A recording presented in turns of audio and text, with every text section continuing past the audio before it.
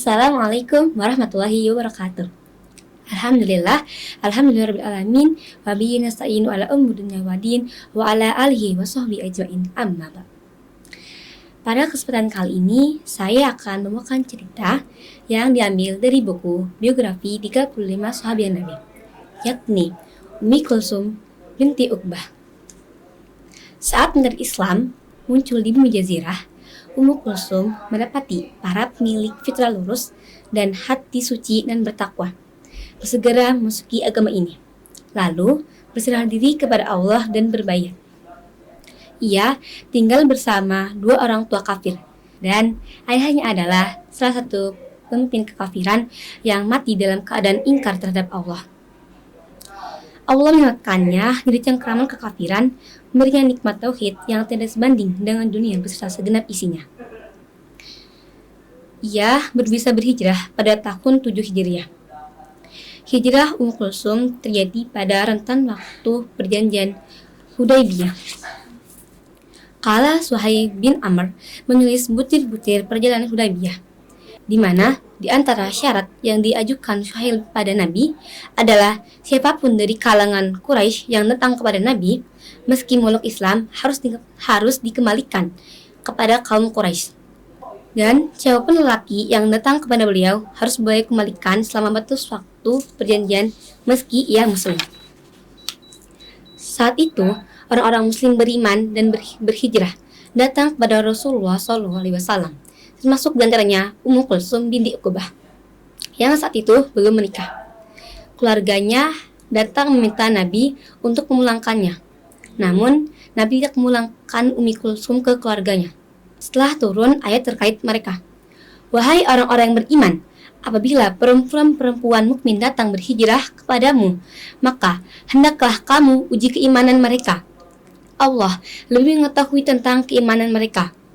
Jika kamu telah mengetahui bahwa mereka benar-benar beriman, maka janganlah kamu kembalikan mereka kepada orang-orang kafir.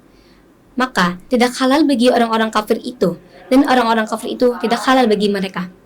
Kepergian Ummu Kulsum diketahui oleh keluarganya, dan dua saudaranya, Walid dan Umarah, mengejarnya hingga tiba di Madinah.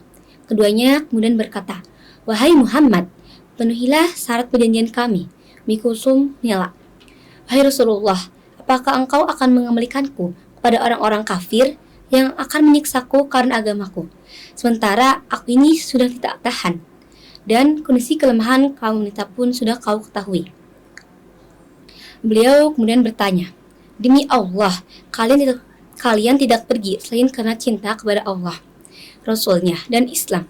Kalian bukan pergi demi mencari suami ataupun harta. Jika mereka mengatakan seperti itu, mereka tidak akan dikembalikan kepada orang-orang kafir." Dan inilah kisah hijrahnya Ummi Kulsum. Ummi Kulsum sampai ke Madinah didampingi oleh seorang Huza'ah dengan menaiki seekor unta. Kemudian beliau naik seekor unta dan dituntun oleh seorang Huza'ah. Hingga sampai di Madinah, Ummi Kulsum masuk ke tempat Ummu Salamah. Setelah beliau menyebutkan nazab dan membuka jadarnya, ia langsung merangkulku dan bertanya, "Kau berhijrah kepada Allah dan Rasulnya?" "Ya, tapi aku takut Nabi mengembalikanku." Rasulullah kemudian masuk menemui Ummu Salamah. Ummu Salamah lalu menceritakan kisah Ummu Kulsum kepada beliau. Beliau pun menyambut kedatangannya. Ummu Kulsum berkata, "Aku memberikan diri kepadamu demi menyelamatkan agamaku. Maka lindungilah aku dan janganlah kau kembalikan aku kepada mereka. Karena mereka pasti menyiksaku. Aku tidak akan tahan disiksa.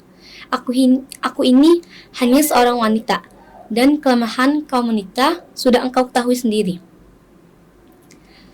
Setelah melalui hijrah penuh berkah, meninggalkan keluarga dan kampung halaman demi meraih ridha Allah yang Maha Pengasih lagi Maha Penyayang, Ummu Kulsum tinggal di Madinah Al-Munawwarah. Demikianlah, Ummu Kulsum berpindah dari satu lingkungan iman ke lingkungan iman lainnya, hingga tibalah waktu bagi sahabat wanita mulia ini pergi meninggalkan dunia manusia seperti dikehendaki Allah. Hikmah yang dapat diambil dari cerita tersebut adalah kita harus selalu mengharapkan ridha Allah Subhanahu wa taala dari setiap perbuatan yang kita lakukan. Semoga cerita ini bisa bermanfaat bagi kita semua. Kurang dan lebihnya mohon dimaafkan. Dan jangan lupa saksikan kisah-kisah selanjutnya yang gak kalah seru dan gak kalah menginspiratif. Wabillahi taufiq wal hidayah. Wassalamualaikum warahmatullahi wabarakatuh.